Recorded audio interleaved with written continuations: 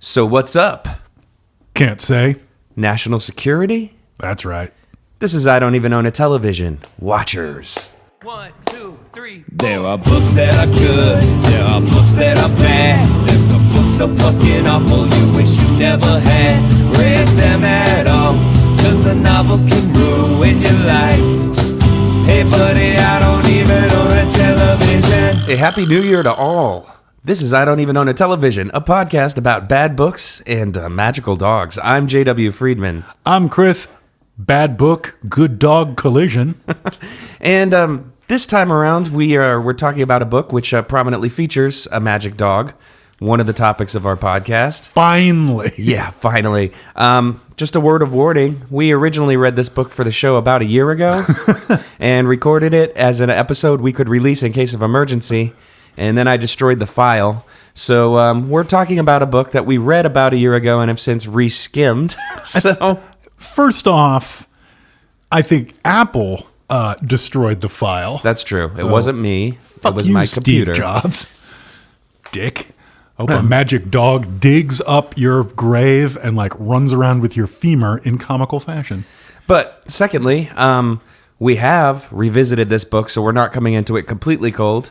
We may get some small facts wrong. If that's the case and you really love Dean Koontz, Do not at us. exactly, because we don't care, and you'll understand why real soon.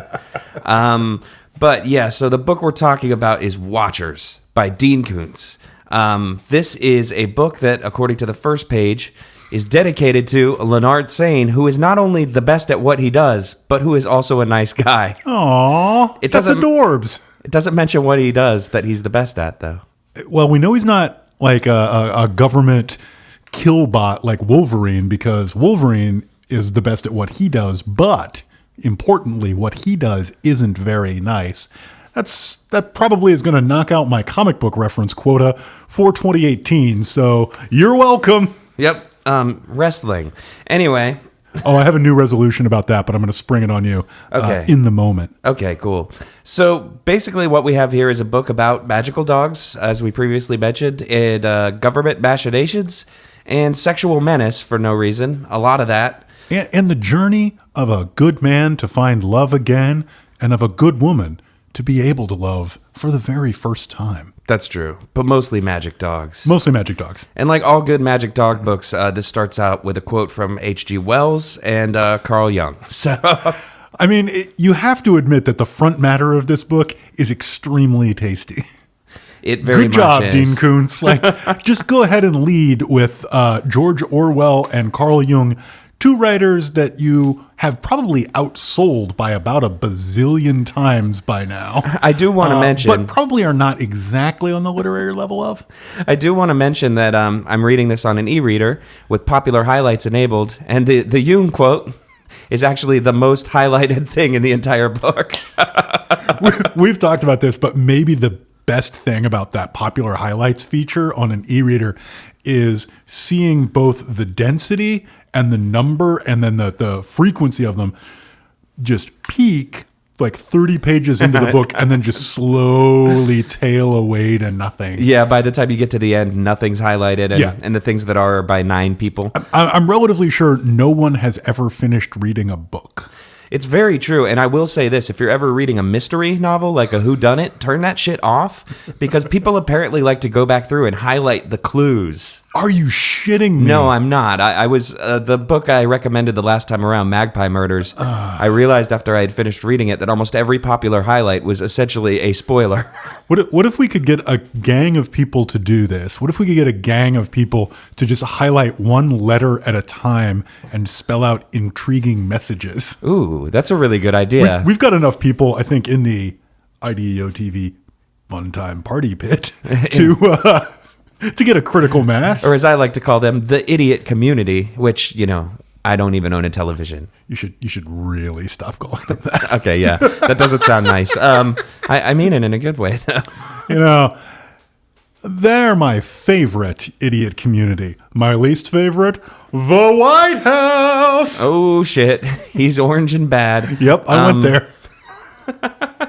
So, are you prepared, I think, to try to tell people what this book is about in 60 seconds or less? I'm a about to get a little bit closer. All right. There we go. Here's a song. Nobody knows if you finish or not. You got 60 seconds to give them a plot in 60 seconds. All right, so Collision. You're going to have to weave many threads here into one cohesive narrative because this book has a lot going on. Wait, why do I have to? Dean Koontz didn't. Waka. That's a good point. As you'll see moving forward, I don't think either of us have much respect for the craft of Dean Koontz. I'm sorry if you're a fan of his. Perhaps you enjoy the stories, but you like bad writing. Anyway. My take, as we'll see, is slightly more nuanced. So, yeah, how about if you give us a plot in 60 seconds, starting now? Travis Cornell is a depressed man of 36 who is convinced everyone around him is doomed to die. On a hike, he encounters a golden retriever who is magically intelligent, and he also encounters some kind of unseen monster. Meanwhile, a hired killer is killing a bunch of scientists, and a monster is just roaming around killing people. These murders are being investigated by a buddy cop tandem, which quickly traces the scientists being killed back to a lab where genetics were being done. Meanwhile, young Nora Devon, basically recently escaped from a flowers in the attic situation, is being stalked by an evil TV repairman. Einstein the dog rescues Nora from her stalker and mind controls her into dating Travis, and literally every other thread converges, and we discover that the monster and Einstein are two sides of one coin created by the real monster, science. The bad guys all die, the good guys all live, everybody learns a little something about themselves. Perfect. Wow. Perfect. That is that's a really good summation, actually. And that is what happens. Although, what do you mean, actually? I've done this like 24 times. Yeah, but this book is kind of all over the place, and I don't think I would have been able to get it that concise for sure. So I'm impressed, is what I'm saying. Thank you. I appreciate that. I had a soupçon of help from my friend, Mr. Wikipedia. Okay. Also, you may remember that this is the second time I've done this. Oh, true. Good point. You had a dry run. So one thing you didn't mention, one of my favorite parts of this book, is that Einstein is not only intelligent as a dog. Einstein is pretty intelligent for a human, and he knows how to talk. Let's just jump to one of the great set pieces of this. One thing that's interesting about this book is everything happens about 14 dozen times. So I may be conflating some moments, but early on, Einstein expresses an unusual degree of interest in books for a dog. Later, he seems to exhibit an unusual amount of interest in magazines for a dog. And then finally, Travis Rube Goldberg's together this insane thing that's like part change belt using Scrabble tiles so that the dog can press levers and get Scrabble tiles and spell words for him. And about a third of the book is devoted to scenes of the dog cha-chunk, cha-chunk, cha-chunk, cha-chunk, push tile with nose, push tile with nose, push tile with nose. Oh, it says the ka-chunk, ka-chunk, yes. ka-chunk, ka-chunk. It's it's sort of a bad text version of that old TV show Lassie, where Lassie would just go, oh, and somebody would be like, there's a kid in the well? Yeah, except it would be like if Lassie had established a syllabic system where certain sounds mean certain things. It's far too detailed for what it is. They should have just made the dog fucking talk. I mean, because or just flat out telepathic, because there's strong hints that the dog can both read minds and subtly influence the emotional and decision-making capacities of humans. Yeah, and I mean, it's already so cartoony that it's hilarious that it takes, this level of kind of machination in order to create a system where the dog can communicate with them. It's like, you're already writing a book about a fucking magic dog. Just make it talk, dude. There's a throwaway on the third to last page where the dog is no longer having to use this insane Lego monstrosity, and they've just bought it a computer, and so it grabs a pencil in its mouth and just hits the keys, and I'm like, fuck, is it using WordStar? Like, is this being archived? Is it on the command line? You know? I mean, there's a very popular meme of a dog sitting at a computer, right, on the internet. That No people one say, knows you're a dog. Yeah, and it says, I have no idea what I'm doing or something. And this book is positing that situation as something serious and impressive and amazing. And that alone, I mean, it's pretty awesome. But one thing I do want to get to before we move any farther is you talked about Travis being depressed. And I want to talk about how we're introduced to Travis, because the way we know he's depressed is the first time you encounter him in this book, he's going out to explore the hills behind his house and shoot rattlesnakes. to cheer himself up. Yeah, exactly. And not to deal with the rattlesnake population. No. It's to, quote unquote, reclaim the innocence of youth is the phrase that's used, which apparently the innocence of youth includes murdering animals for no reason. Or maybe it's just some sort of like Freudian slaughter of the phallic thing. I mean, what it really reads as, and I realized this over the last couple of days as I reread this, I think I thought this the first time through, but the second time through, like the first 15 pages or so are a pretty good portrait of a really depressed guy who's driving out to go for a hike in the woods with only the following supplies: a sleeve of Oreos, a thermos of Kool-Aid, and this giant revolver. And like, you're reading this and you're like, oh yeah, I mean, like, I read the Wikipedia summary of the deer hunter. He's going out there to fucking kill himself. Yeah, he wasn't planning on coming back. And the way it's written, it really seems like about 15 pages in, Dean Koontz is like, whoops, nope, and has to like, because there's a sentence about like, he had never once considered suicide. That was just not an option for him with his morality. Well, and it feels really tacked in because he realizes he's actually painted quite a convincing portrait of a guy who went out there to end his life. Yeah, and I don't think we mentioned it yet, but you know, he has a code of honor. He's ex-Delta Force. He is ex-Delta Force. Because this book just can't lay on the cliches thick enough. Him and Chuck Norris. Yeah. So...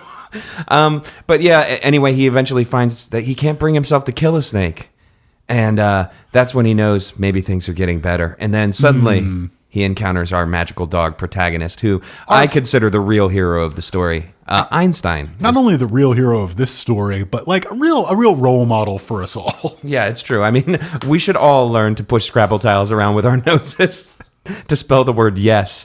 There's one part in this book where they have a conversation with the dog when he's still using the Scrabble tiles, where he spells the word yes like 4 times in a row. And you'd think a super hyper-intelligent dog would just point at the yes he's already written. Or also, how many Scrabble sets do you have to buy to get 4 Ys? Or just go back to the previous code that they had established where he barks softly once for yes and twice for no. That's a good point. You know, like it's more efficient. Like, it is true. As the book progresses, his communication tactics evolve because they figure out ways to communicate with him better.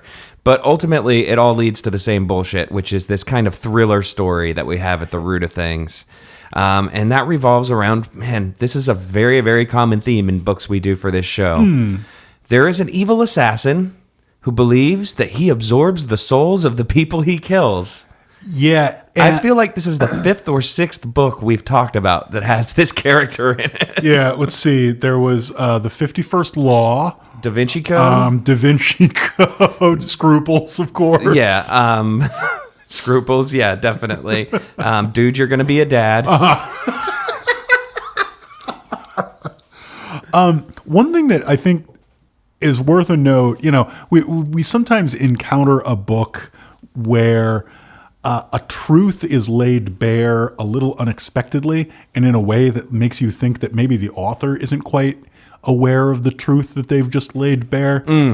And I think that we would say that this book embodies and conveys and indeed purveys a certain thoroughgoing daddishness. Oh, yeah, it does. And I don't think it's intentional, but I also don't think it's accidental that the two villains of the piece are both described as very high energy men. So I think maybe Dean is maybe a little defensive, even this early in his career, about being described as a bit low energy. And he's actually like, no, guys, actually, the bad dudes are the edgy ones. The guys like me who pretty much just want to like sit in the den and play with the dog, we're the good ones. Low energy Dean Koontz. Hey, look, Dean may be low T, but he's got a big heart. And I would never hold that against him. I liked this book. All right. So I want to do a little something before we even move on to high points, low points, because I think it's time we start utilizing the technology that we're afforded a little more. That's right. It's time for a quick break to play Dance Dance Revolution. That's true. We'll be right back after I fall through my floorboards. This book in its e-version contains a feature called X-Ray, where you can go and get just vital little facts about certain things, whether they're terms or images or people. So I just wanted to name a couple characters from the book and get your take on it, and then tell you what Tell me how wrong I am. I don't think I would say that. I would tell you what this book thinks that you should think about these characters. Okay. So let's start with our hero, Travis Cornell. So I should describe him physically. I should describe him emotionally. Just everything, just as a character. So we know he's 36 because the first page is him on his 36th birthday. He's kind of a bit of a loner, bit depressed. Pauses in the middle of a shootout at one point to be glad he's wearing a flannel. Which is extremely relatable to me. Near and dear personally. to your heart, yeah. Yeah, so I'm going to say that he is a slightly over 6 foot redhead with a James Hetfield Cowardly Lion mustache, a kind of Tom Servo-like voice, if you will. I'm getting a really clear picture here. Well, according to the book, Travis Cornell. Maybe he could stand to lose a couple of pounds. But what a wit. What a sharp wit. Yeah. According to this feature of the book, Travis Cornell is, quote unquote, strong male lead character, resourceful and intelligent, the kind of man every woman wishes she could find. People can't see that you're doing the pointing thumbs at yourself over the internet, unfortunately. But man, that was good. Wow. Yeah. Every woman, huh? Yeah, so there's absolutely no mention of the depression, the fact that he believes everyone around him is destined to die. Definitely the kind of man every woman wishes she could find. Yeah, no mention of the dozens he's killed and watched die in his Delta Force career. Nope. All right, let's move on here to our heroine, Nora. Nora. Okay, so Nora is self-described as like unpleasantly skinny and horse-faced and plain with no highlights in her hair, and she doesn't know about makeup or anything. And then, it's revealed to her by the skilled lovemaking hands of Travis Cornell. Did I mention that Travis Cornell is just a hair over 6 feet? Anyway. Ladies! Yeah. It turns out she's actually secretly beautiful and just never knew it. The problem was she had to take off her glasses and let her hair down. Right. Yeah. Yeah. So, basically pick any Hollywood actress and you'll be kind of just fine. I don't know. How about Laura Dern in a black wig? I was thinking maybe a Shelley Duvall, but yeah, basically what you have here, and I think you're going to start to notice a trend, that these are pretty simplistic descriptions. She is a introverted young woman. Oh. Well, she was that. She definitely was that. That's all it says. That sucks though, because it underplays the fact that, like, in the over the course of it, it's revealed that she's actually quite a good painter. Yeah, and that she's voluminously red. Yeah, and right? She just hasn't experienced much. She spent most of her life essentially being gaslit by her aunt that she lives with, who tells her that she's hideous and no man will ever want to be with her and she shouldn't leave the house and yada yada. So there's this whole element to her character that is kind of essential to her arc, I guess. Yeah. But that's not worth describing here at all. You just need to know that she's introverted. And I'll give you one more here. Our assassin, Vincent Nasco. Oh, okay. So he's a very big, burly, I can't remember if he's got black hair or not, gentleman. Shit, I don't know, like a young Treat Williams type. But he's super burly. He's actually, and this is kind of interesting because I think this came out well before the Thomas Harris books, but he's kind of a proto version of the Red Dragon character. Yeah. Right? Where he like kind of likes to hammer kill his victims while naked. Yeah, there's a weird kind of thanks them. psychosexual element to almost all of his assassinations. Yeah. He definitely has this belief that he's gaining power from committing murder, et cetera, et cetera. But according to the book, he is a hired hitman with a huge sense of self-importance. Oh, wow. That's okay. That's actually pretty good. One thing I'm looking for it because I want to read you the description of the ant that's actually in the book and get your take on it because... Well, that's good. While you look for that, I want to tell the people at home about a character who's barely mentioned at all. But the mob is in this book because, of course, the mob is in this book. Why would the mob not be in this book?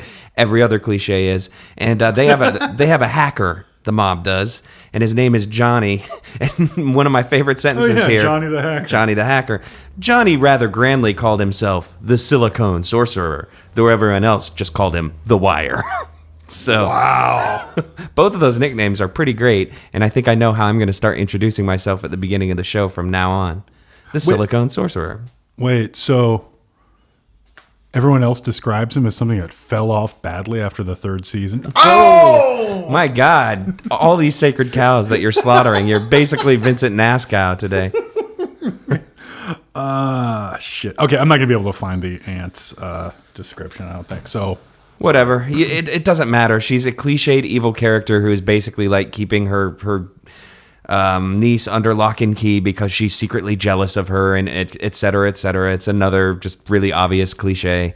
I think we should probably, though, move on to high points, low points. What do you think? I don't like anything more than a high point unless, paradoxically, it's a low point. High points are high, and low points are low.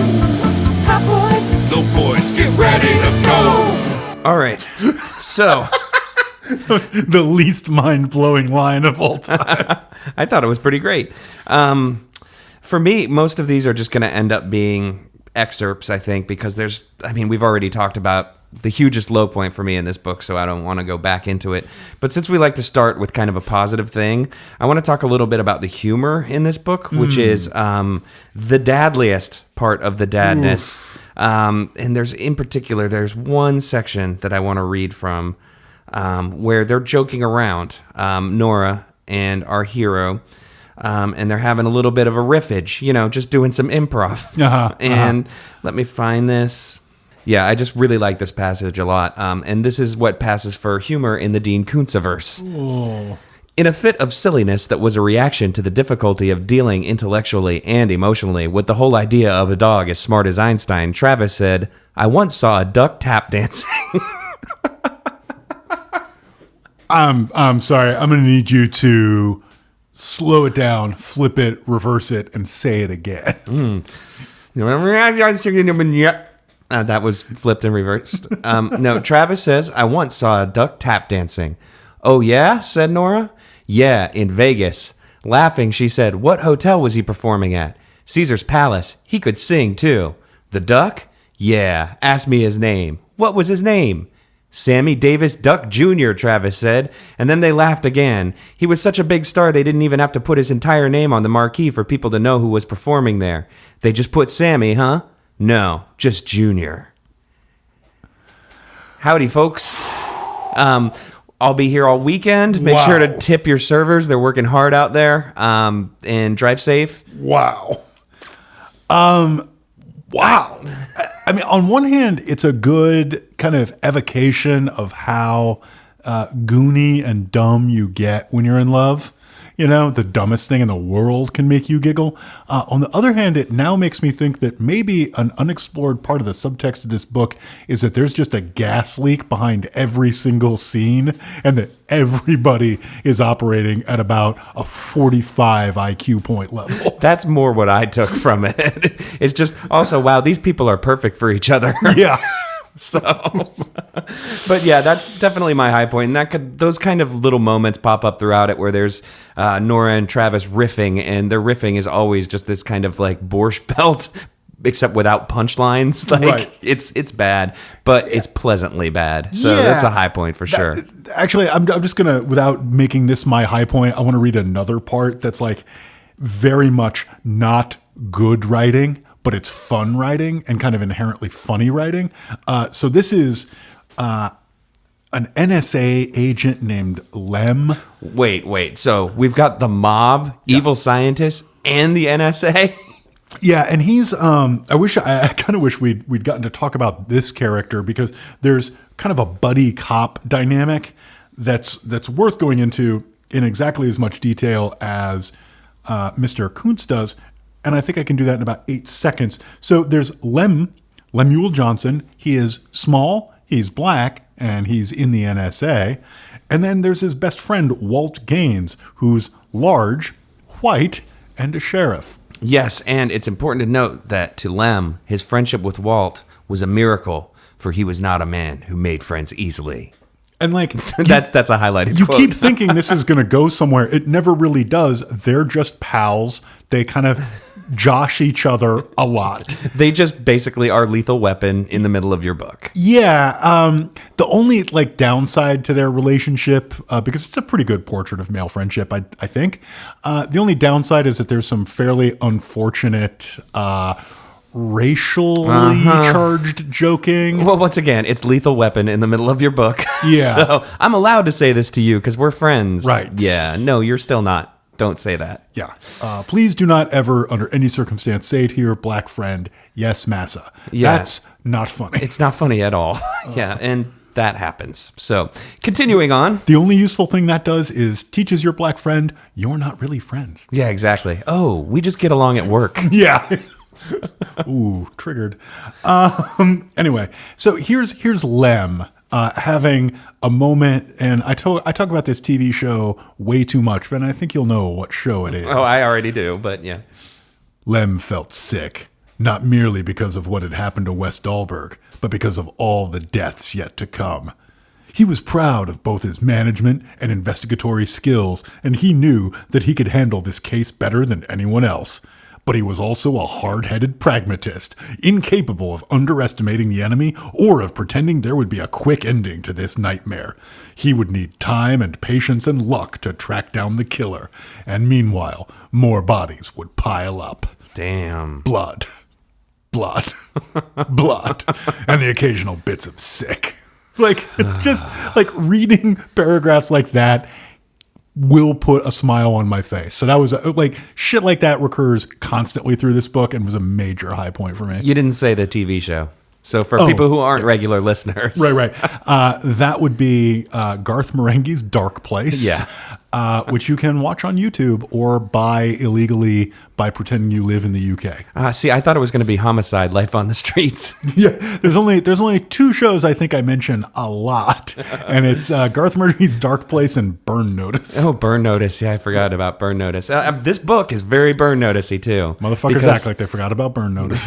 When you're a spy, you need to learn to understand talking dogs.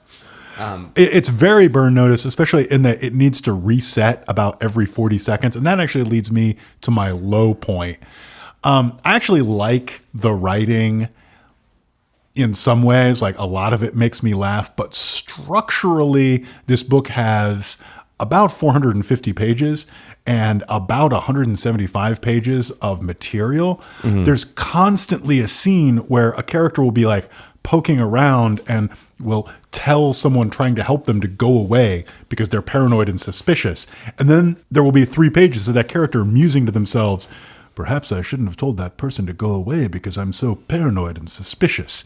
You know, everything has to like happen several times, and the second time is an explanation, and it's just exhausting to fucking read. And it's one of the reasons I think both of us found the reread such a chore. Yeah, for sure. We were speaking a little bit about this off mic earlier, but as our Patreon subscribers probably already know by now, sometimes I like to entertain myself by writing bad short stories on purpose. And one of the tricks that I use to make bad fiction seem bad is the phrase "he knew that" or "she knew that," and telling the audience he knew that this meant that, or he knew that so and so was a tough Marine with a hard past. Right. And I feel like that pops up so much in this book in exactly the way you described, where it'll be like, he regretted telling her to go away. He knew that he was being too paranoid and suspicious. It's like, show don't tell, motherfucker. You know? Oh my God. He is the least show don't tell writer of all fucking time. Okay, low point. I'm just going to start with the obvious one. And this is, I mean, you know, I don't want to get into cultural relativism, but it's definitely a sign of the times kind of thing. But there's a lot of casual kind of isms in here. There's definitely like a little bit of like even surprisingly transphobia that's played off as a joke, wherein, you know, our character Nora says she thinks she looks like a man in a dress and then finds that hilarious and things like that. I'm not super fond of that in the year 2017. It made me a little uncomfortable. There's kind of the racial interplay that you talked about between our heroes. There's definitely some weird Italian stereotyping going on with some of our mob characters. It's just all in all very much a product of its time in a way that makes certain parts of it a little uncomfortable to read right now. So that's hard to excuse, and it's hard to get past, and it's definitely hard to ignore reading with your 2017 brain on instead of, when was this written, like 84? I think it came out in 80. I want to say 87. Yeah, somewhere around then. And I mean, I know, like, you know, things were different then, but it's a little rough to get through. I mean, when you read stuff like, Nora realized she had been propositioned by a woman. She did not know whether to laugh or gag. Probably both. Yeah, it's that's. I want to be clear. That's not supposed to be a joke at the expense of the very sheltered Nora, who has literally managed to turn 30 without ever eating at a restaurant when the book opens. Right? Like, this is a joke we're all supposed to enjoy. Yeah, and that sort of thing is pretty obnoxious. It kind of reminded me of that section on Da Vinci Code where you're supposed to be shocked and horrified by the fact that there's a section in Paris where there are prostitutes who are men that cater to other men. Yeah. Gasp. So, yeah, I don't know. Anyway, that was my low point. Yeah. Yeah, I think that's an extremely fucking fair low point. You know, for me, I hate to keep crutching on this, just the nature of the writing being incredibly repetitive, and something that didn't work for me because of how often it happened is the way that Dean Koontz seems to think and describe mostly in lists. Every time a character is outside, you get a detailed inventory of all the plants they can see. Every time a character is inside, you get an extremely detailed version of, you know, the room that they're in. So this is... Some might call it filler. Anyway, here's a quick description, because you have to know this because it reveals so much about the character of your primary antagonist's, Vince, place of living. He had owned the place for over 2 years, but he had not fully furnished it. In fact, the dining room, den, and 2 of the 3 bedrooms contained nothing except cheap drapes for privacy. Vince believed that the townhouse was a way station, a temporary residence from which he would one day move to a house on the beach at Rincon, where the surf and the surfers were legendary, where the vast rolling sea was an overwhelming fact of life. By the way, we've already discovered that Vince gave up surfing years ago because it doesn't do anything for him anymore. His failure to furnish his current residence had nothing to do with its temporary status and his plans. Well, thank you for explaining it's fucking temporary then. He simply liked bare white walls, clean concrete floors, and empty rooms. When he eventually purchased his dream house, Vince intended to have polished white ceramic, and this is about the time that I put the book down and go to see what my friends are doing on Twitter. Yeah, man, yeah. I do like that there's a sentence in that basically says, just ignore the paragraph you read just now. That didn't mean anything at all. My favorite version of that is kind of at this climactic scene, which Koontz feels it's very important to interrupt for Travis to have a quick, moment of reflection where he's like, Travis had never run from anything in his life.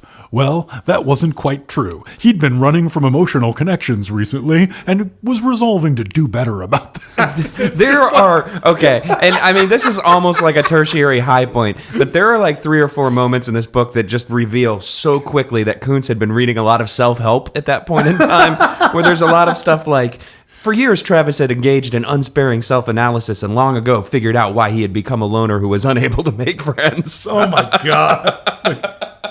That's a quote, by the way. So could you call him a loner? Could you call him a rebel? I don't know, Dottie. You just don't want to get mixed up with a guy like him. Oh my God.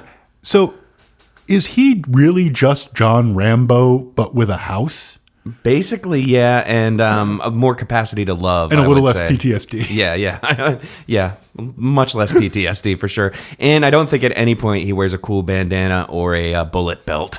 There's also a shocking lack of arrow kills in this book. Major missed opportunity, I think. What are we on? Second low points, I believe. Yeah. Yeah, okay. So for me, this is just kind of, once again, it's sort of serious, but I think I can present it in a way that doesn't seem quite as much of a downer as the last one. But Koontz does a thing that a lot of writers of cheap thrillers do and still do. If you read this kind of book, say they pick up at an airport at the old Newport News shop or whatever the fuck it's called. When he needs to ratchet up the stakes and make things suspenseful, the one trick in his bag of tricks that he always reaches for is sexual assault. And basically, you've got a book where people are shooting at each other and stuff, and I guess he figures, well, what could be worse than that? And it needs to be a man assaulting a woman or a man planning on assaulting a woman, which is what happens for several chapters here. And it's really unnecessary to the plot. Like this character, Arthur, that you mentioned earlier, the creepy television repairman who's planning on assaulting Nora, basically. This only exists to drive her and Travis and Einstein together as a trio. This is a scene that could have easily been accomplished by the three of them meeting in a park. You know what I'm saying? Like, you don't need a rape plot to make that happen. Right. And it just felt so superfluous and just it's a cheap trick in addition to just being upsetting. And it's one of my least favorite things about this genre of writing in particular, I would say. So yeah, that's a low point. Yeah, I would someday like to trace that back to like wherever it came from. Like, I know that a lot of really bad screenplays come out of a couple of popular screenplay manuals. Yeah. So yeah, it's like the Save the Cat moment, kind of. Yeah. Did Dean Koontz like read something that just said like, story falling a little flat? How about some sexual menace? It's just so unneeded because, literally it's a device that just exists to bring our three main characters together. Then he's dispatched and never heard from again in the story. So there are 1,000 better, more interesting, less upsetting ways to do that, and it doesn't ratchet up the tension the way he thinks it does. It just makes you groan and go, "This is such a fucking cliche." Yeah. I don't know. So, well, I'm gonna follow that with a description of a love scene that was a real low point for me. Some of the transitions in this are less fluid than they could be. So I'm going to read you a paragraph. And this is formatted as a paragraph. There's not a break in the middle. Although the constant shadow of certain death looms over every day, the pleasures and joys of life can be so fine and deeply affecting that the heart is nearly stilled by astonishment. From Vegas, they hauled the Airstream north on Route 95 across the immense Nevada Barrens. 2 days later, on Friday, August 13th, they reached Lake Tahoe and connected to the trailer to the electric and water lines at an RV campsite on the California side of the border. So we go from like kind of a pleasant, heartfelt sentiment, perhaps not the most original or unique sentiment, but still kind of stirring, relatable, interesting. Yeah. And then we go into, like, and again, not so much as a line break and an indent.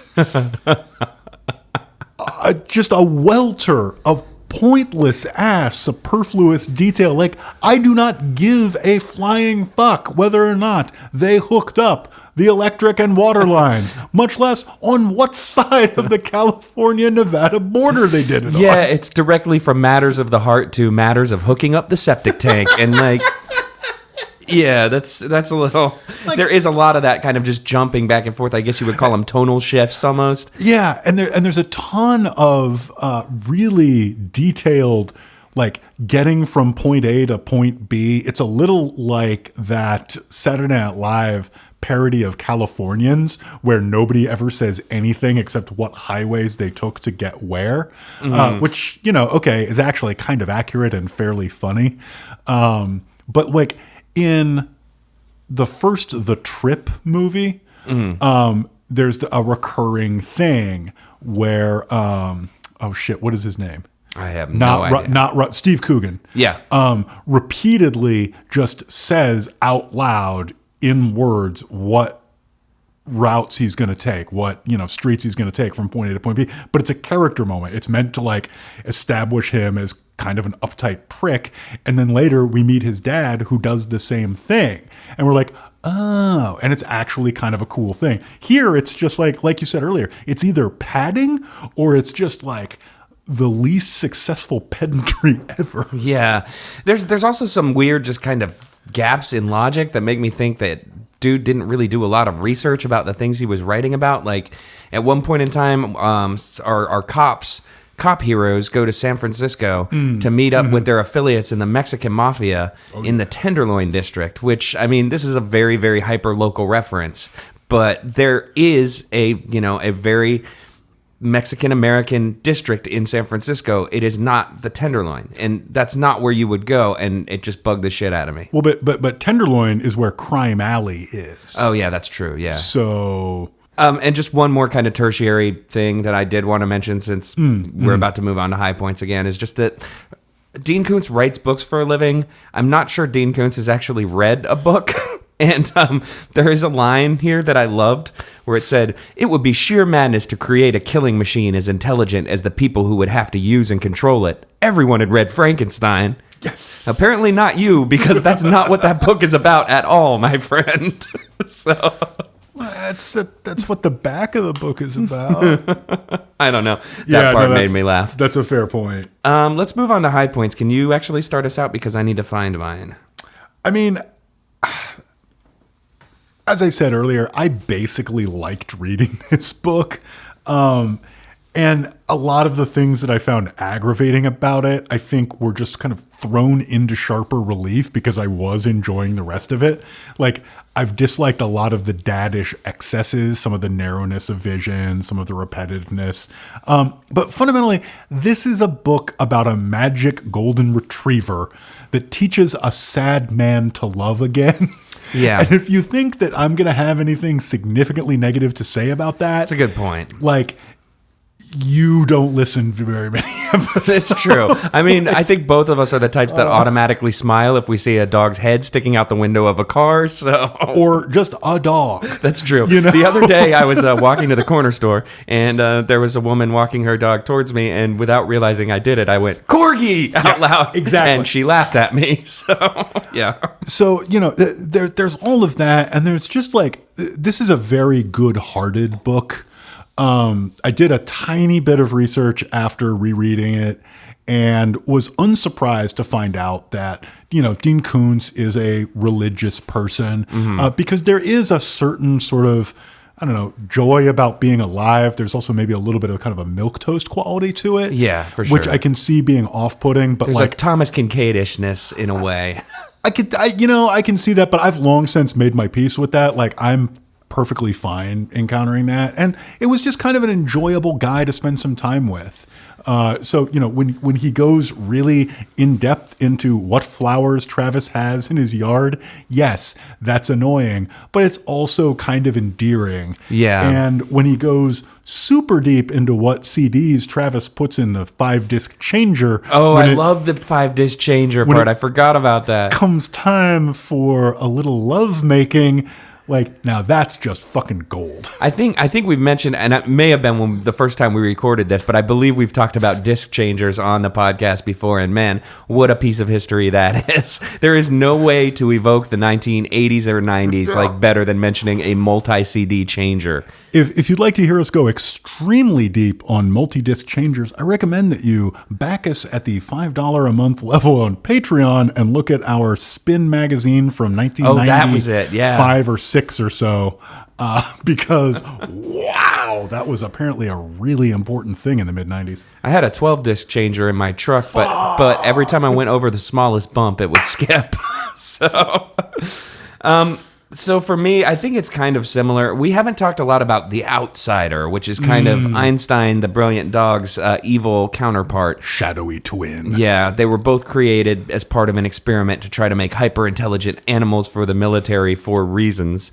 And while Einstein was based on a golden retriever, The Outsider is essentially an evil baboon. Right. Which to me is hilarious because baboons are really funny looking. So every time I'd read descriptions of this, shadowy creature right. running through the forest with its razor sharp claws, in my mind, I would just think of a big red ass. So there's that, and It's weird. Why would you think of Buster Posey? Oh, damn, dude, stop it. There's a joke for 4 people. I know. Oh, we're going to be horrible again this year, by the way. We should note that red ass is a baseball term. Yeah. I have no idea what color Buster Posey's ass is. I assume quite pale. Yeah. Almost bluish. Yeah, he's not of the Native American persuasion, so that's not what we're implying.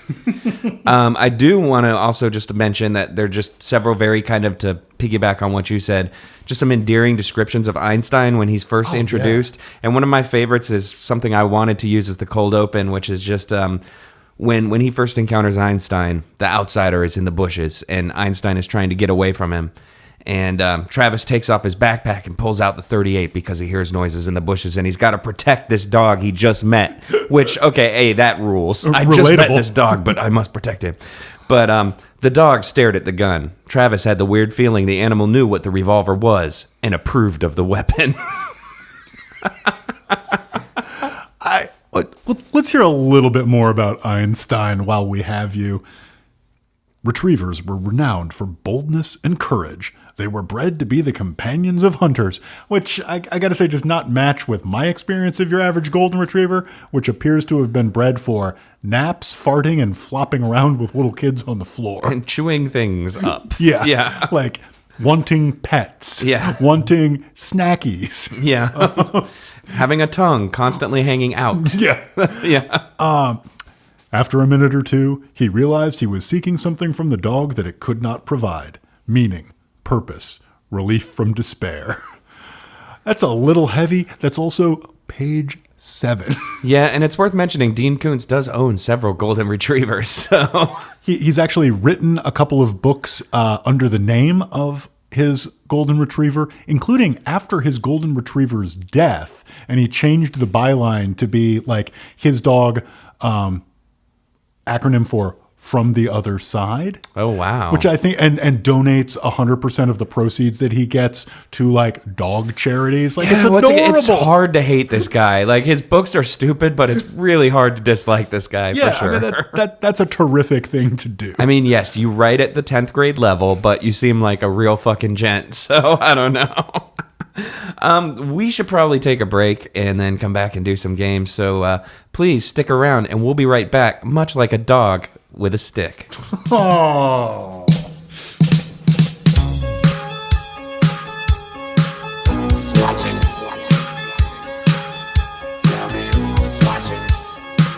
Who's watching me?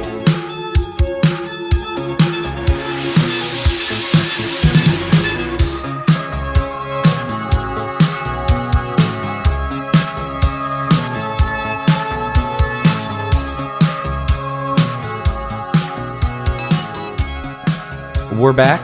We brought your slippers and your newspaper, and we're going to teach you how to love again by playing some games. Starting off with the most intelligent segment in dog casting history, dramatic reading.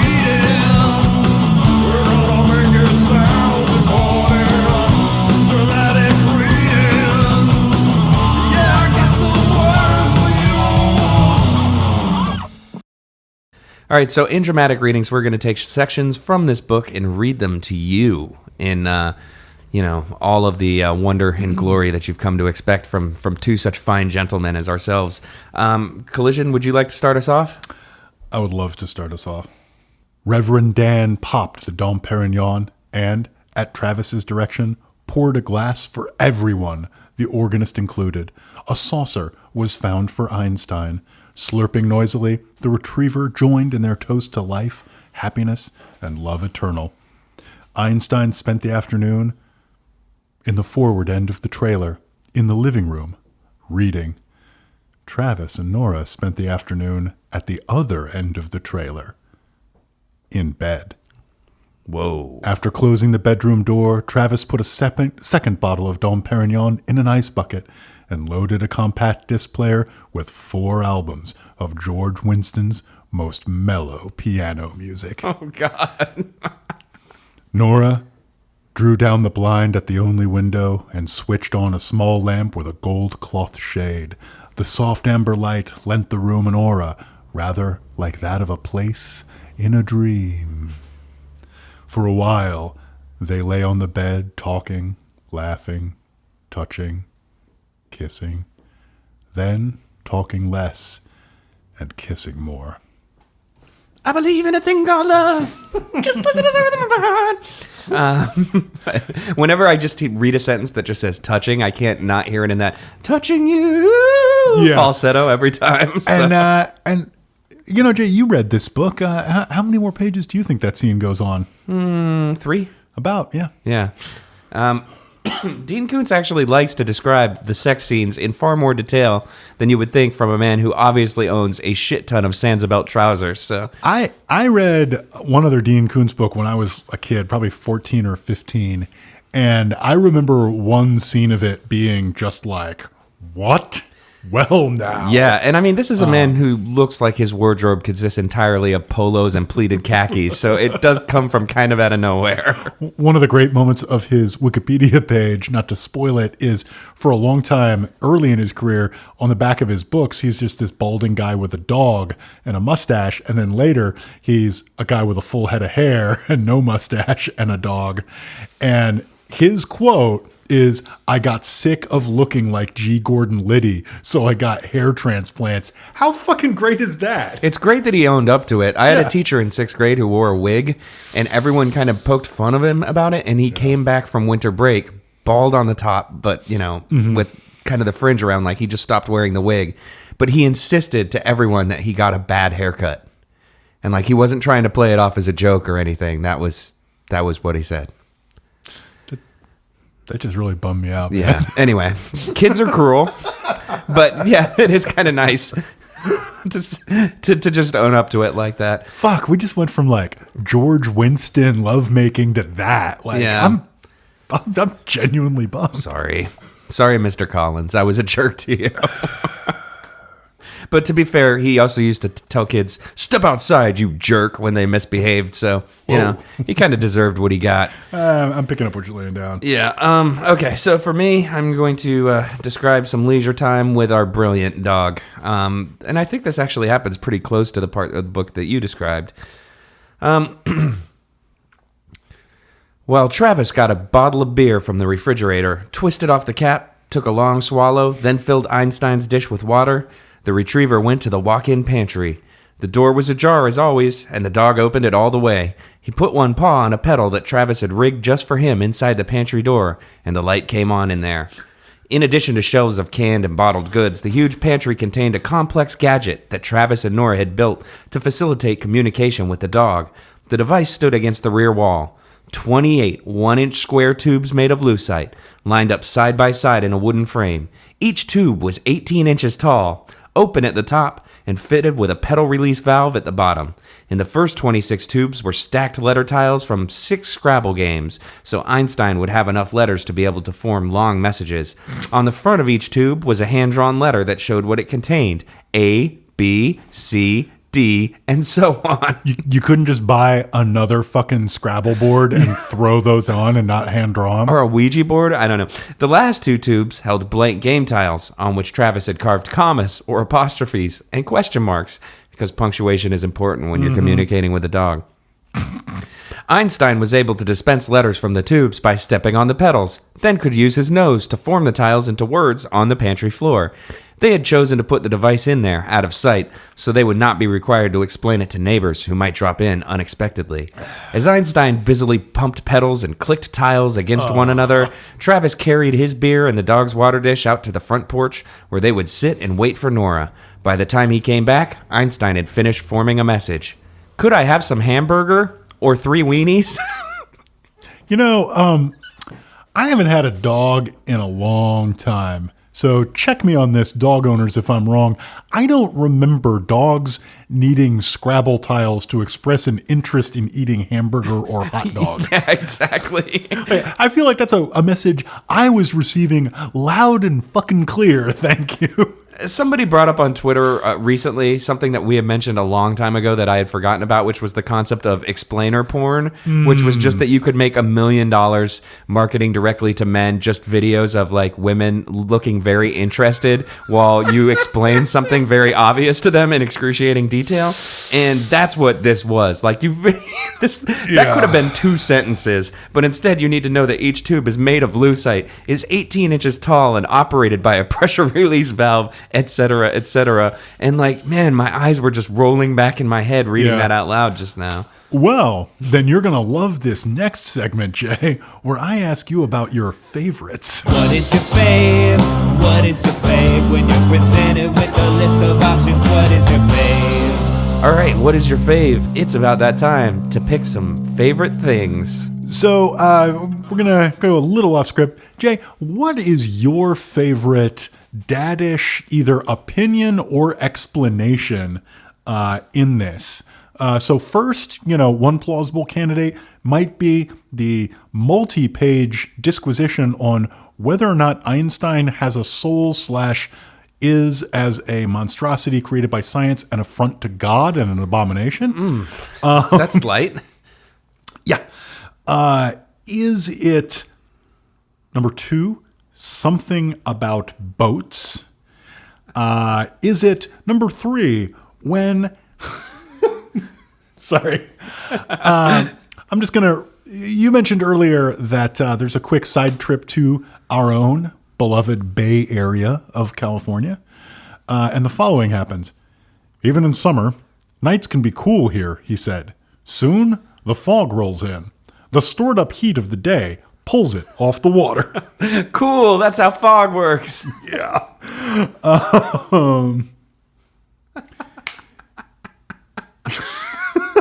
Is it 4? This is a .357 Magnum, Travis told the dog, and one shot, even if it hits an arm or leg, will knock down the biggest, meanest man or keep him down.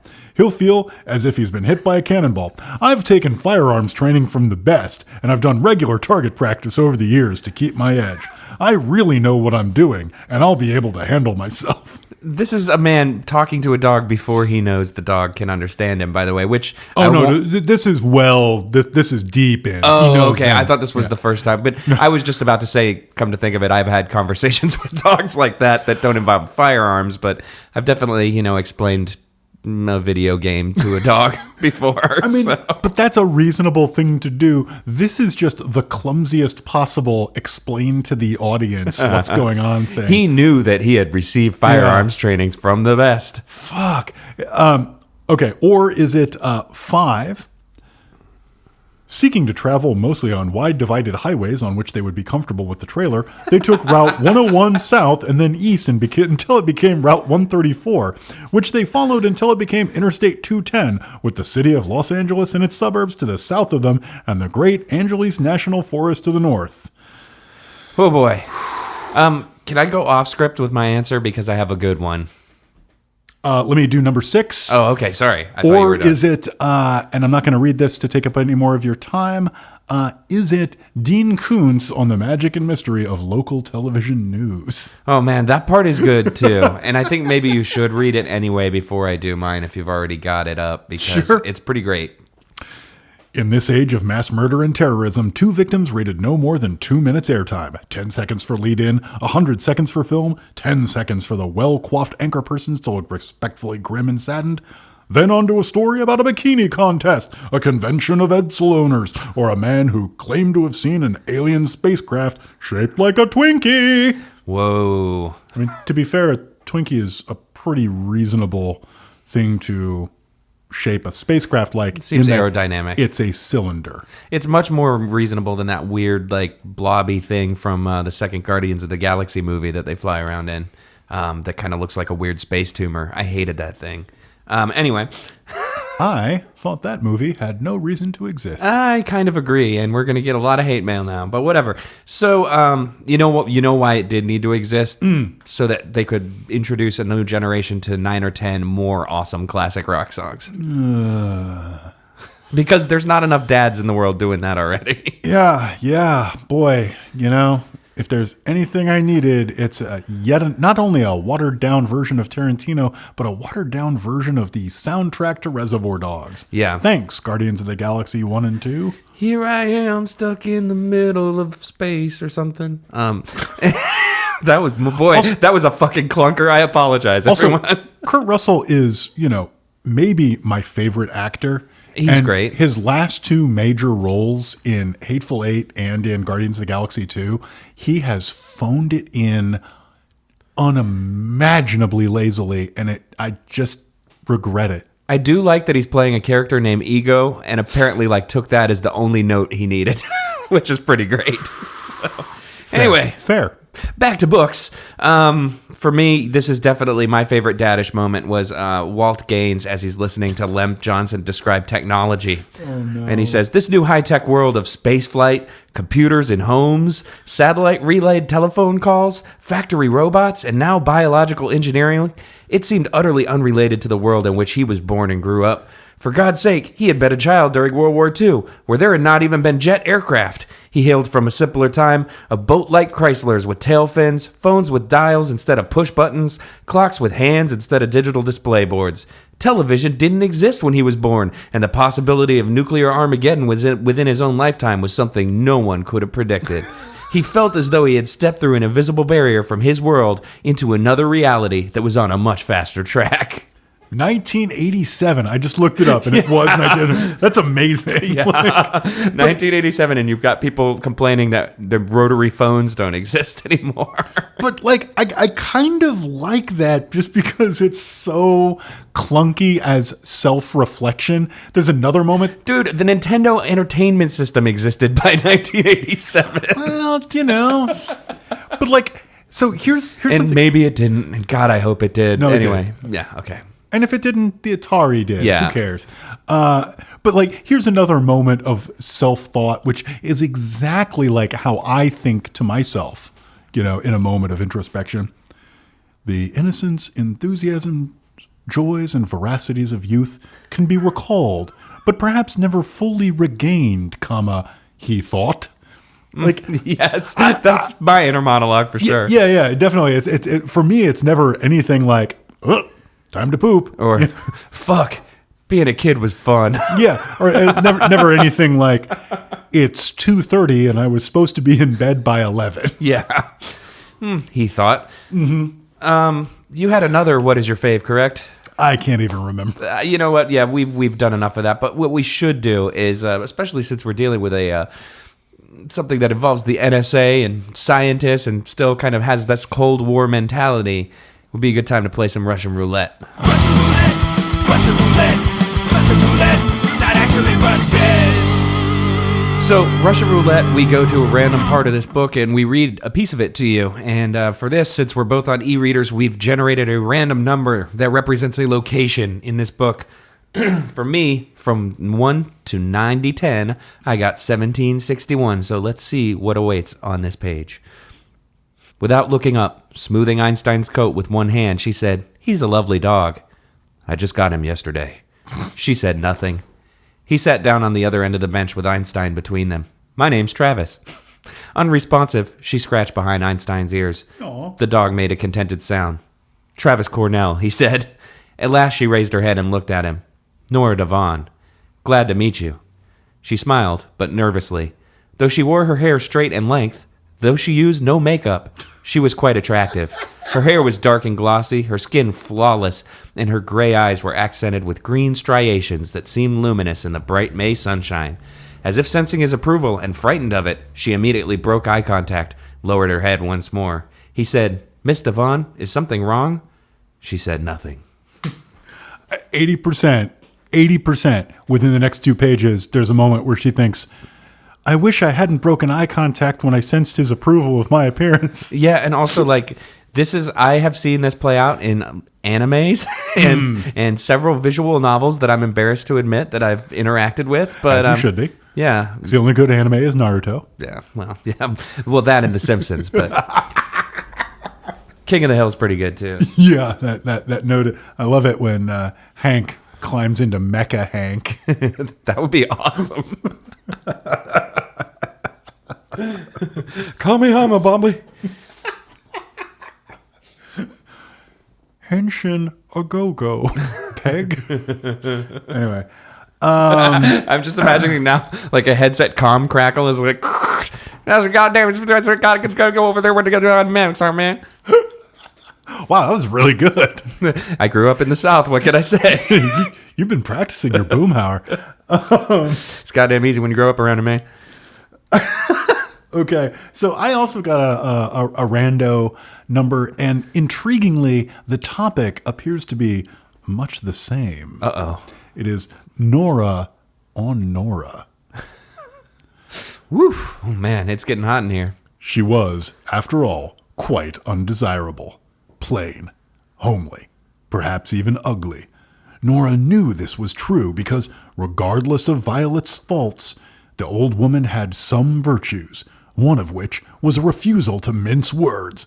Nora was unattractive, drab, not a woman who could expect to be held, kissed, cherished. This was a fact of life that Aunt Violet made her understand at an early age. Nora still wore the clothes that her aunt had bought for her, dark, shapeless dresses and skirts and blouses, similar to those that Violet had worn. Brighter and more feminine dresses would only call attention to her bony, graceless body and to the characterless and uncomely lines of her face. Is this the only action thriller in the world that contains huge ripoffs of Cinderella? Because I just realized she is literally the wicked stepmother. I mean, I think that's fair. Actually, I teased this earlier, and I want to come back to it because I found the thing about the aunt. I do want to answer your question, though. The answer is no, because as you pointed out, like she's basically the takes glasses off, lets hair down scene, except it plays out over 400 pages. Yeah, exactly. It's the slowest hair shake possible. Yeah. While Dreamweaver plays. So here's a George Winston piano version. Sorry. Ooh. Be right back. Checking Spotify. Yeah. Because Violet had favored dark dresses, had worn her hair in a tight bun, and had gone without a trace of makeup on her pale, sharp-featured face, she had often looked less like a woman than a man, a stern monk in coarse penitential robes, prowling the corridors of a bleak medieval retreat to police the behavior of fellow monastics. Okay, I want to say two things about that. First, she looked less like a woman than a man in her dark dress, tight bun, and no makeup. What men are you hanging out with, Dean Koontz? Yeah, that's a really, really good point. Point two, I want to say that what she actually sounds like is a member of Sun. Yeah. Another right. joke for four people. You're right, though. Exactly. In her monastic robes and her penchant for incredibly loud, drony guitar tones. Yeah. And now I kind of like, oh, Violet, what's your story? Yeah. Oh, it's making records that I'm supposed to like but don't. See, I love them, but that's okay. That's okay. We can agree to disagree. They're not an active listening group. They're when you're feeling shitty and it's raining outside, you put them on in the background while you hate things. This is weird, but the tones of Sun legitimately make me deeply anxious. Yeah, that's the idea. I hate it. Oh, okay, yeah, I like it. But, whatever. But you're an anxious person. I am, but sometimes you got to lean into that motherfucker. Okay, so maybe it's because I'm kind of a depressive person that like I don't need that. Yeah, I don't know. I saw them live. It was the loudest thing I had ever seen. Yeah. It was at the Oakland Metropolitan Opera House. You saw them with Big Brave last year, yeah. right? Or 2 years ago. But for people who aren't from Oakland, who haven't been to the Opera House, it's not actually an opera house. Or people from Oakland who also haven't been to the Opera House. It's just a big, large music venue. But between the opening act, Big Brave, who I've sung the praises of on this show, and Sun, there was literally a 60-minute break because they needed to fill the entire venue with fog, not just the stage. They had fog machines aimed out into the audience. So by the time that they started playing, you couldn't see more than 6 feet in front of you.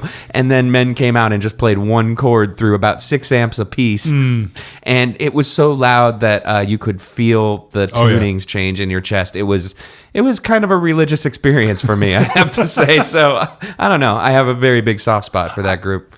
I think I would like it a lot better if I sought it out and, went and encountered it with like fog machines and I'm standing looking in the same direction as several hundred of my closest friends, all of us in our black hoodies, but like when it comes up on shuffle when I'm at home and I'm just trying to cook dinner and it's just like this overwhelming like They're about a mood for sure, I would say. But the black hoodies thing made me laugh because that was exactly the case. There was one guy in front of me who had brought his friend, and when they started filling up the arena with smoke, when they started filling up the 200 capacity venue with smoke, one of the guys who turned to the other and he's like, "So are these guys kind of like Metallica?" Yeah, bro, you're about to get your face ripped clean off. It's like, I hope you don't like drums because there aren't any. Wow, okay, so we've been talking about Sun for like 5 minutes. If you like drums, why are you listening to Metallica? Oh my God, you've done it again. Although I, once again, agree. One of the most overrated drummers in the world is Mr. Lars Ulrich, who is also a big dick face. Anyway. Actually, I heard him on Wait, Don't Tell Me the other week, and I have to say, he showed up game and ready to just like do a bit and get made fun of for public radio. That's surprising. And he didn't try to sue anyone afterwards. Not yet. Okay. Jay, maybe I take that back. I want to ask one question before we move on. Okay. From this, who let the dogs in? Oh, it's break time.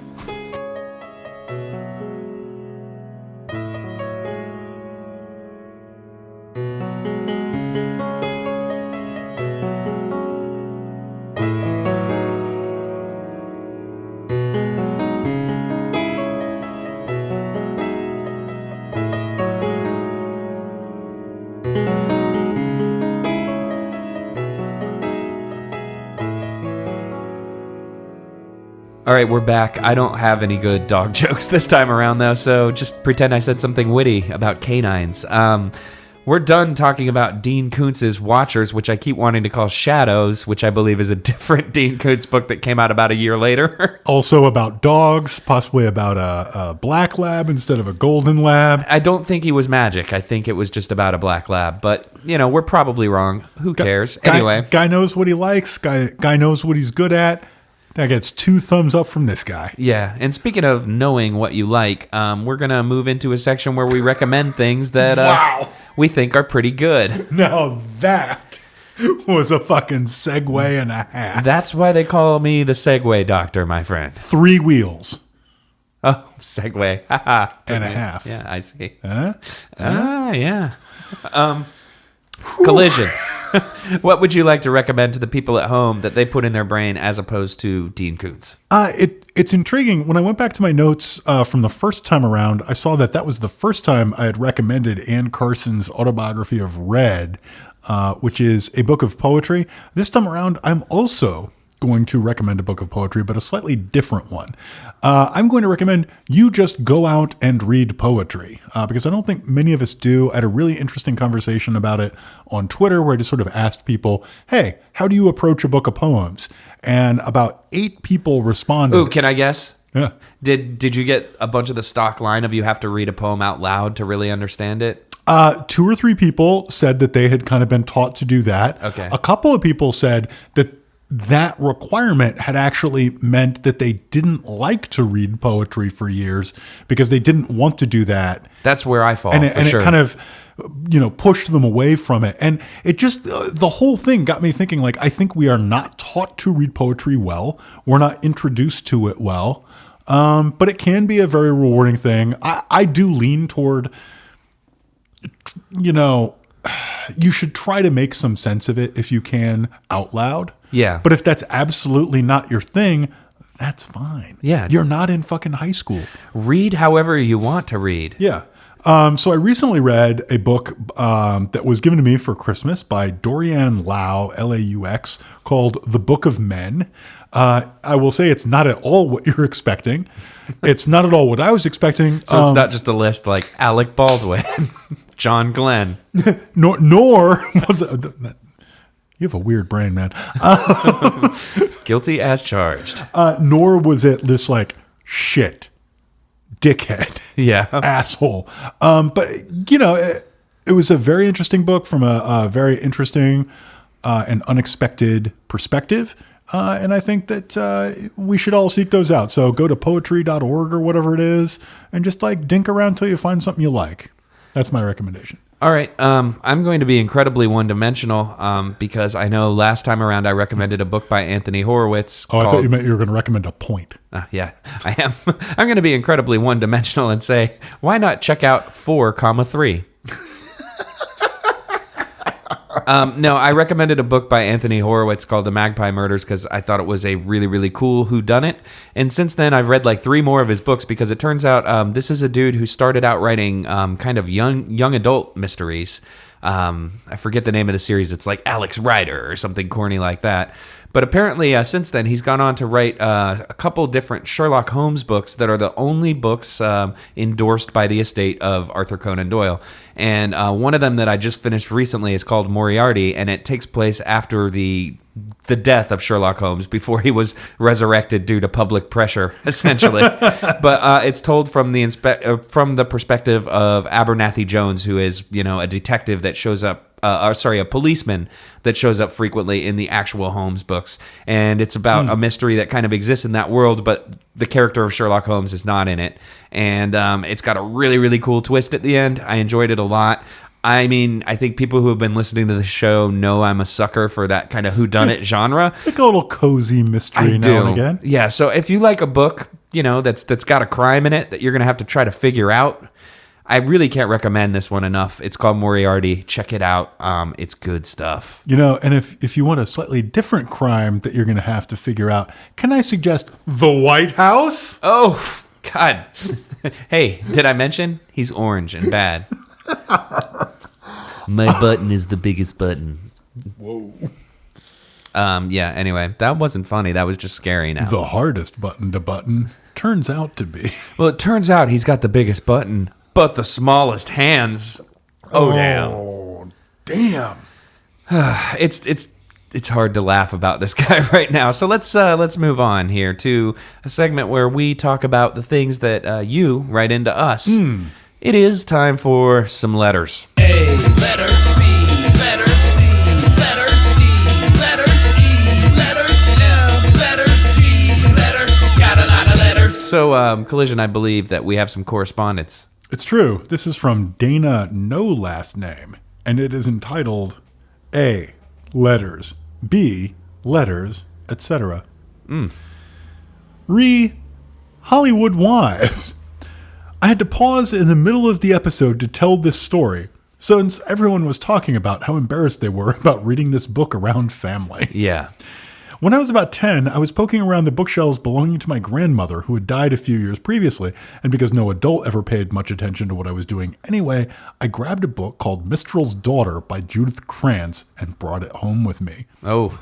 Boy, was that shit filthy. Oh, yeah. As soon as I heard Judith Krantz, I kind of saw where this was going. That is not what you want to imagine your dead grandma is reading. My dad always told me that she was a deeply intellectual lady who was really into reading mysteries and figuring out the endings before she got to the end. Hey, that's my kind of lady right there. Clearly, he wasn't paying all that much attention to what she was actually reading. Anywho, this happened to be a summer that my whole family was staying with my aunt and uncle and cousins in Portland, Maine. Like 20 freaking people packed into a house, going to the beach, doing summer junk. Here I was, the little bookworm with the bowl cut and huge Coke bottle glasses. Okay, stop copying me. Reading grandma's porn. Okay, stop copying me. I was terrified that an adult would realize what the fuck I was reading the entire time. That's part of what makes it good, though, right? It's the feeling of danger. I guess the moral of the story is if you want to get away with reading porn as a kid, be really goofy looking and nobody will suspect a thing. Also, when you're a grown up and have the choice, stop talking to your asshole relatives because they're dicks. Yeah, I could go either way on that, but I definitely agree about the first part. But they're still family, man. I checked a book out from the school library at least 4 times because there was a sex scene in it. And no one ever figured out there was a sex scene in this book at the school library in junior high. So. Oh, the librarian knew. It was called The Impact Zone, by the way. I still remember that. It was about surfers and this kid who moves to Hawaii to live with his dad after his parents get divorced. And does he get laid at a party? Oh, he gets laid at a party. And do I know where the impact zone is? As opposed to Trump? Ladies, you bet I do. I was just going to say it's fictional. It doesn't exist. Oh, but moving on. Thank you so much for the letter. Totally relatable. And I think a lot of people who grew up into books have had similar experiences where it's one of the few mediums where you can kind of get away with that sort of thing. It's a lot harder to do with, say, a movie. Yeah, there was a Christmas where I found, I don't know if it was my stepdad or his brother's book that was basically a baseball porn book, not unlike the hockey porn we've read. God, somehow baseball porn just seems so much more depressing than hockey porn, and I think it's because baseball players are generally so boring. It was about a relief pitcher who liked relieving and liked his ball. I actually don't really pitcher, remember. Would you say? It was The Art of Fielding then, right? It was not. This was decades before that. I'm just playing. I actually sadly. love that book. Don't write angry letters to me. Thanks. But and this is the part of the story that I do/don't want to tell. Nobody noticed I was reading it except my uncle's wife, who was an incredibly nice lady and saw me at age like 13, like furtively, surreptitiously reading this and just kind of muttered just loud enough for me to hear it, like, I don't know why you're reading that trash. Why does he only read this book in sweatpants? What's going on? Hey now. All right. Anyway, moving on. We have another letter from Kat, fake last name, called Gift Book Obligations. Oh no. Yeah. Hey, I maybe owner radio hosts. I'm emailing you to ask about etiquette for handling being gifted a book you desperately don't want to read. As part of my Christmas gifts, my stepfather gave me a book that looks like the most generic fantasy schlock imaginable. Alongside a copy of Anne Leckel's Providence, which owns Bones. Usually I'd be okay with just not reading it, but there's a little snag. He was given this book by his coworker, who turns out is the author of the book and actually signed it for me. Do I have a moral obligation to now read through this person's Amazon Lord of the Rings knockoff, or can I remain apathetic and maintain the moral high ground? With very little respect, but plenty of love, Catherine, some last name. God, that's tough. That's a really tough question. I would say a lot of it depends on page count. Like, if it's short, just do it for his sake so that he knows somebody's reading the book. I half agree, but first off, I just want to say, where's the respect, Kat? Where's the respect? That's a good question. Okay, so first off, check your tone. Second off, do not at me. Third off, yeah, like if the worst case scenario here is you read a book you don't like, let me tell you. You can parlay it into fame and fortune. Yeah, and I might not be the most sympathetic audience for the chore that you're trying to weasel out of. I do respect your desire to weasel out of it. Note that I'm giving you respect, but you were not willing to extend that to me. Anyway, yeah, just read the fucking book. It's fine. It's a good chance that if your dad works with this guy, I mean, think about the people that you work with. Do you like those assholes? Of course you don't. No, probably not. And, this dude probably gave every single one of his coworkers a signed copy of that book, and they've all since re-gifted it to people, so. Yeah, exactly. So, like, there's at least a 45% chance you're going to be able to say, hey, Dad, or hey, stepdad, I got to level with you. I didn't really like that book. And he's going to be like, oh, thank God, because Stan is a prick bastard. He makes fucking fish in the microwave 3 days a week. And then you've got like a nice little bonding opportunity. So yeah, read the book. That's good. And I was going to say, just as soon as you said you started this, you were like, what do I do if somebody gives me a book I don't want to read? If you were me, what you do is you take that copy of Ready Player One, you seethe over it, and then you start a podcast. Because that is literally the origin story of this show. So. Fuck, I got to take it back. Because look at you now. I know. What have I done? Now we've been reading bullshit for 4 years. You're 95 episodes deep. You're like, oh boy. You've given money to many of the most hateful people on the planet. I have my means. Let's say that. The internet has a way of providing. You get 5 emails a day letting you know, hey, did you know that Milo Yiannopoulos' book is leaked to the internet? Oh my God, people. Spoiler, it doesn't look good. Stop asking us to read that Steven Seagal book, for God's sake. A, he didn't fucking write it. There's a ghostwriter's name right on it. And B, like, how miserable do you want to make us? Like, don't you want us to enjoy our job? You got to understand, like, rereading a Dean Koontz book will probably be the highlight of my year on this podcast. Please allow us to pick our own books. No, I mean, we do appreciate requests, but as I've said many times, we do not like to wallow in the depths of the worst opinions of the world. Yeah. Reading a book takes a lot of time out of your life, especially when it's, a relatively long polemic. And it's like spending a lot of time with just foul thoughts swirling around in your head. I do not want to read Milo's book. I don't want to read Steve Bannon's book. I don't want to spend a huge portion of my life thinking about these assholes beyond what I already have to do just because I use the internet. So please. If I wanted desperately unattractive, homophobic white guys to be talking to me, I wouldn't have moved out of Denver.